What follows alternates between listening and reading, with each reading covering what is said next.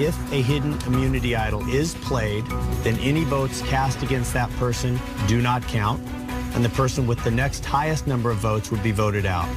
This is not. This, however, is not. This is not. This is not a hidden immunity idol.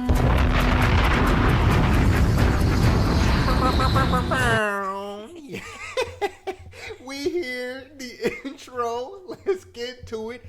The This Is Not a Hidden Immunity Idol podcast is back at you again. Coming off of episode 5, right? Of Survivor 43. 5, I think. Yeah. Episode 5 or 4? It's 5. I don't know. It's 5. Yes. Episode 5. I don't know. They're starting to blend together. Yes. Episode 5. I see it here. It's Jared, again. You already know. Back with me again is Tina. Why are you talking extra hard into the mic? I don't know.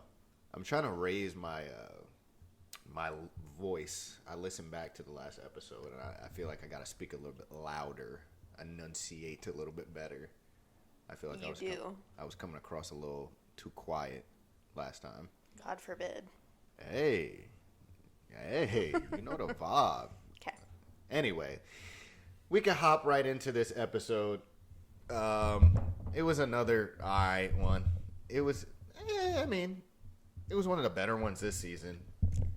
I am ready for Jeff to split the frickin' challenges. So there's one for immunity and one for reward, because I have very little to work with on these long episodes where there's only one challenge. Yeah, it's a lot of bullshit. It's a lot of filler bullshit on these episodes when there's not multiple challenges. I don't understand how we had a hour-long episode and the immunity challenge was done after the first 15 minutes of the episode. And yes. From there, the other 45 was just filler. By this point, I needed them to do a tribe swap because there's literally nothing interesting happening anymore.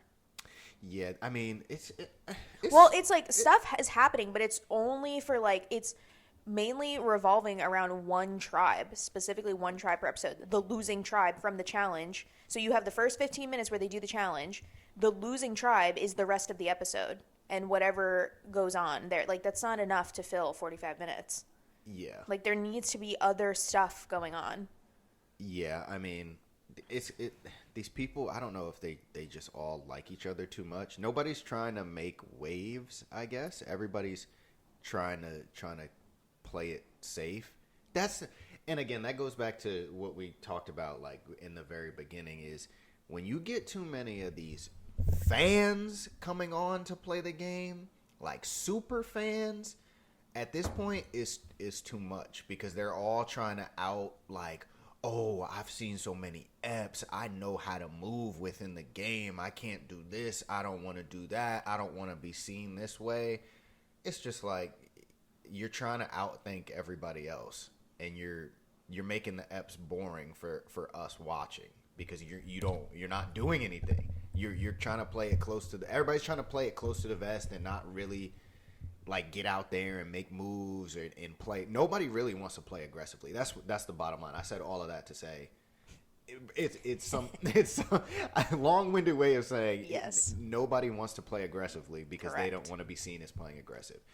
Cut it with the super nerd fan shit. Just play the game, people, like you would if you had only seen a season or two. That's what I got to say to this cast of people. Obviously, it's already recorded, but that's exactly why I need a tribe shakeup, because people will start playing harder come the merge, but up until then, it is so boring. Yeah. They're being sent off to the island to risk or not risk. That's not exciting. There has never been an exciting moment that has happened from that. Nothing exciting has come Literally, from that. that's just not anything. Everyone just comes back and tells the truth. The only funny thing that happened was on this one when they sent the 3 people out there. Did you see how Jeff had them in a boat, took them past? He had the boat take them past where the little risk thing was on the little sandbar to another paddle have to boat walk all the way where there. they had to paddle all the way back. Yes. Dude, Jeff Jeff's an is asshole. sadistic. He's an Like, asshole. He likes the struggle. He really drove them past, and they were like, "Oh, okay, yeah, we're right there. We see it. This is gonna be. We're just gonna pull up to it." Jeff said, "Nah, not so fast, my friend." made them paddle in the waves all the way back to it. Yeah, Jeff's an asshole. Yes. But yeah, like you said, it's nothing has come from that. That really hasn't been the shakeup that I guess they thought it would be. And no one is really looking for like idols and stuff. Like they are, but they're doing it so low key, or it's only like it's the one person that goes to look is the person that finds it. Yeah. And this bead thing, so everyone knows what a beware challenge is. Yeah. They should be on the lookout for it, Exactly. right? Why on earth would people agree to give their beads when you all have the same chain of different beads? I'd be like, so someone says, I want to make a bracelet. Yeah. And I want a different bead from every single person. Yeah. Take the whole thing off of your bag and make it a bracelet. You have all of the beads. Because nobody. You have all of the beads. I mean, Everyone has all of the beads. They're not. It doesn't make any sense. They're not paying attention. That is literally stupid. That's the. The only one that would actually have got away with it well was Cody, because he's nuts and he was making like a hat. Yeah. Everyone else was like, bracelet. let it make a bracelet. Yeah. You literally have all the beads. Why do you need beads from other people? That doesn't even make sense. Yeah, nobody's sussing it and even thinking like, why are you wanting these beads this hard? It's in just for recap Or purposes. like, you already have this bead? Well, they all have different individualized unique beads. So they don't. You have enough beads to make a bracelet. That's what doesn't make sense. Why would you want specific beads? I mean, yeah, I don't. Nobody's paying attention. They're not thinking about it critically. Like, why is this person gunning so hard for this specific like bead? Why? I literally didn't even know they had beads I don't. until this. I mean, season. yeah, I didn't know they had like I never like noticed that. little beads on their bags. I didn't know that. I mean, who cares? Like, until it comes into something like this, it really doesn't matter to me. It matters to the super fans. I mean, it does matter to those super fans who. I don't give a fuck about like those minute details like that. Like, oh yeah, beats cool. Like, no, I don't care. Janine finds the beware advantage for the yellow team, and Her chin is finally healing a bit. it's healing, but not really healing. Because even somebody said that on, was it Owen? Yeah, he even called it out, like her chin is all beat up, her knee is beat up. I don't even understand where she got so scraped. Like, they haven't done anything that required such hardcore physical activity. I think it was an earlier one where they were like, I think they were in sand or something. Remember they had to like throw their bodies like through sand? Yeah. I think it was that one. It was something where they all had to participate. She went chin first. Because there's been like these past few challenges, it's barely been like a team effort. Yeah. Yeah, she's super annoying too. Her and Ellie are weak. Yeah. And I'm praying on their downfall. I'm not even gonna lie. I was praying that they would lose this episode so one of them could get blindsided, preferably Ellie. But Ellie and Janine, praying on that downfall because those two are annoying. Janine finds the beware advantage, and she immediately shows it to Ellie, and Ellie, first thing out of her mouth is, Janine, go ahead and open it, because even if you don't complete it, we don't really need your vote. We're just going to be able to take out Gabler, because they're still thinking that Gabler isn't aware of the fact that his idol is still in play for the next time they go to tribal.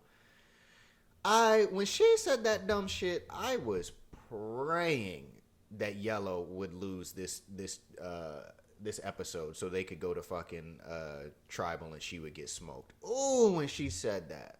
Like, what are you talking about? That is your logic? You're not even aware. She just thinks she's so, like, ahead of the curve in the game that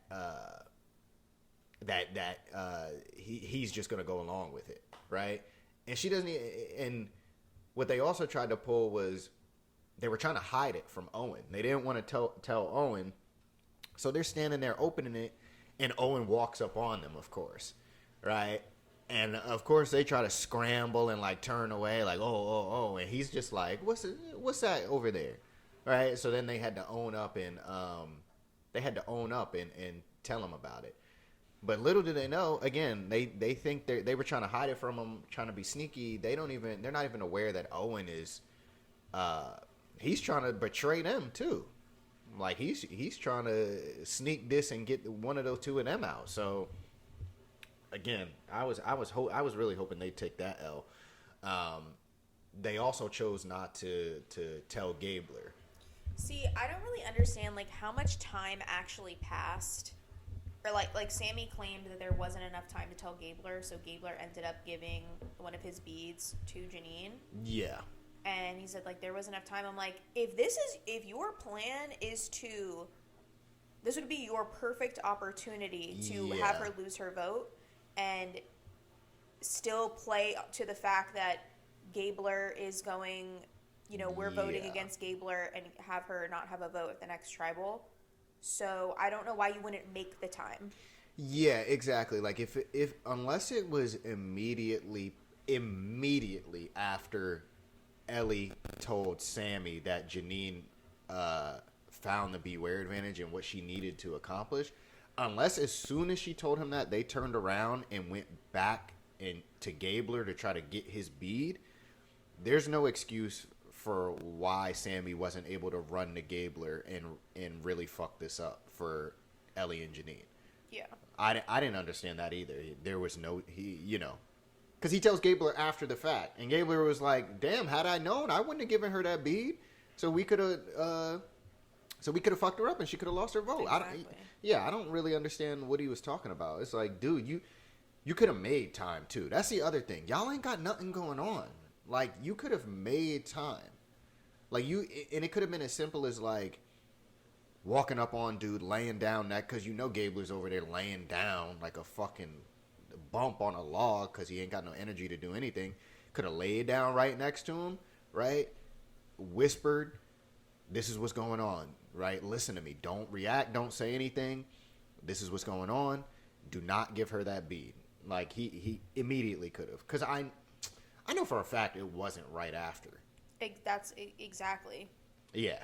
So, I mean, ultimately, Janine ends up getting these beads, right? And she gets the idol, just like everybody else who's gone through this beware advantage. Again, beware advantage, it was, they tried to amp it up and make it for everybody, right? For all of the people on all of three tribes, they tried to amp it up and make it seem like it was going to be more difficult than what it really ended up being, because everybody caved on every tribe. Like, nobody really pushed back. So at that point, that's letting me know, like, this challenge really wasn't difficult. Now, if they had said you had to steal it, you had to steal them beads, okay, maybe it would have been a little more difficult, because you would have to get them bags or something. But I mean, I guess at that point, somebody probably they would have just woken up middle of the night when everybody was asleep. You have to make it in a way so different people can interpret how they want to do it. Like, you could have stolen them. They didn't say you couldn't steal them. It just said get them. Did they? Didn't it just say get? Need to obtain the beads. I think it was you had to have the people give them to you. Like, I don't think you could steal it in this. I guess if you having to have them willingly give them to you is harder than you just stealing it, which is why it's. It is, but it ultimately ended up not being more difficult. To me, it didn't seem that difficult because everybody got it. I was just like, okay, whatever. But yeah, from there, we head into the lone immunity challenge for this episode. And when we were looking at it, we were talking about it during the episode. The immunity challenge, the little, stick contraption, that shit was fake tough. It was not hard at all. Like, the way they designed it and created it, it looked like you were going to have to bob, weave, duck, dodge, and all that shit. That shit was the fakest tough. All three teams immediately went through it. A couple of them just went over the top, and the red team just went under it. And they all, like, immediately went through. Like, okay, fake-ass tough thing. I was just like, what is this? But we get into the challenge, right? So when they come out of that and they do it, fast forward through the challenge, right? The rest of it don't really matter, right? The biggest thing coming out of this was, for Coco, this dude Ryan had the lead and choked big time, right? They had it was almost like skee ball but at the end you didn't have to get it in the holes. You had to roll the ball up the platform, and it had to land on a flat surface at the top, a landing, and all 3 balls had to stay there. But he choked. I mean, as simple as that. But this idiot comes out of the challenge, right? After Coco has taken the L because he choked, and he tries to claim, oh, yeah, I threw the challenge. I low-key threw it so we could get Cassidy out. Man, if you don't shut your lame ass up, like, you did not throw that challenge. Like, you fucking choked. Just own up to it. It's okay, dude. It's Survivor. You're not, like, the ultimate warrior.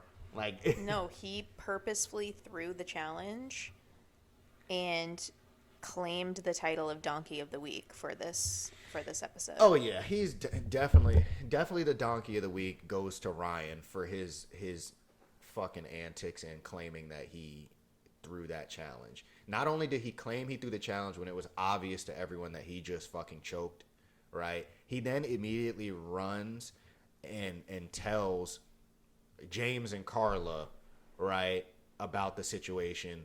And then he tells them, oh, yeah, go to Cassidy and act like y'all are trying to, you're going to vote for me to throw her off.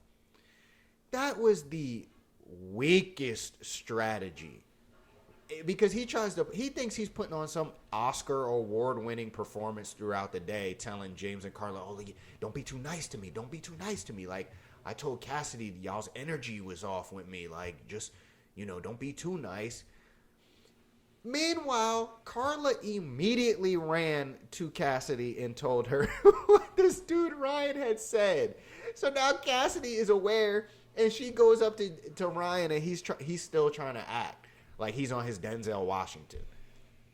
My brother, knock it off. Like, I thought he was going to be like a top dog when this whole thing first started, because I thought he was, I thought he was a little more strategic than what he is. This dude, to me, is looking like he's not that good at this game. No. He's just obviously. He's just he buff. Claims he threw the challenge, then is not sussing out that people are sussing him out, and goes with the storyline, I just want my team to make it further, so if it's got to be me, it's me. Like, huh? Yeah. Like, nobody says that. Dude, nobody is believing the that. only people that say that are the ones that have an idol. Yeah. So, like, not even trying to be strategic. Not even thinking about, like, just in case. Like, let me try to protect myself. Let me figure something out. Like, he's just riding with his... I just don't understand how he hasn't picked up on the fact that James and Carla are in the middle. Because him and Gio are always together. Yeah. But James and Carla are always everywhere. Yeah, he is not self-aware whatsoever. No. And it will be his downfall in the end. Well, we go to when the 3 people go to the island and do the risk or no risk. Yeah. They all risked. Before we even get to that, right, we have more... I mean, before we get into them all risking it, we have the head assery of Gio. Like, on the way there, he's talking to Janine and Jesse, lying to them, telling them, yeah, I feel like I'm at the bottom of my tribe, trying to get them to buy, the fact that he needs all the help that he can get so he can end up getting the advantage, right? So they won't risk it all. And these other 2, Janine and Jesse, immediately suss this dude. They're like, yeah. Well, Jesse didn't really suss it. Jesse just decided that he wanted to risk it because he wants to play a risky game. Janine was the one that sussed it out. Yeah.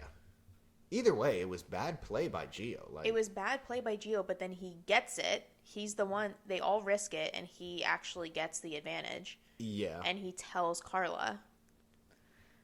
Carla tells everyone else. Well, I will give him his credit though, because he initially lied to the entire tribe and said that he didn't risk his vote, which I respect. You don't need to tell these people that you even took the risk at all. Right. Like, they don't need to know. Unlike Janine and Jesse, these two dummies go back to their tribes and they just open it in front of everyone. Like, oh yeah, let me be noble and honest with my tribe so they trust me. Man, fuck that nobility. Okay. I mean, it's the truth. Well, they did that, but then again, it's like the unawareness of who is your most loyal companion. Like, within every alliance, you should have a smaller alliance. So you think you have a 4-person alliance, Gio, but Ryan is your ride or die. That's who you go tell. Well, that's yeah. the first. That's the first person you go tell. Person he tells, yeah. And then you decide if you even need to tell other people.